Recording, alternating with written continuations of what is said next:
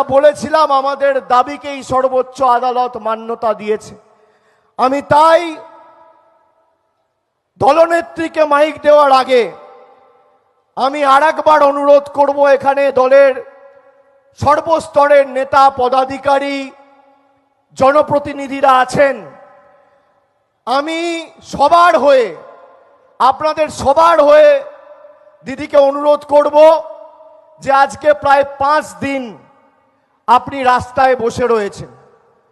জ্ঞানেশ কুমার এসছিল, হোঁচট খেয়ে লেজ গুটিয়ে পালিয়েছে। বাংলার মানুষের প্রশ্নের জবাব জ্ঞানেশ কুমারের কাছে নেই। অন্যদিকে দেশের সর্বোচ্চ আদালত আমাদের দাবিকে স্বীকৃতি দিয়েছে, মান্যতা দিয়েছে। আপনি আজকে মানুষের উদ্দেশ্যে 2-4 কথা বলে, আমাদের আবেদন থাকবে, নিবেদন থাকবে, আপনি এই কর্মসূচির সমাপ্তি ঘোষণা করুন। বাকিটা তৃণমূল কংগ্রেসের কর্মীরা আমরা তো আছি। যে বিধানসভায় যাওয়ার প্রয়োজন আমি নিজে যাব, মমতা ব্যানার্জি তো যাবেই।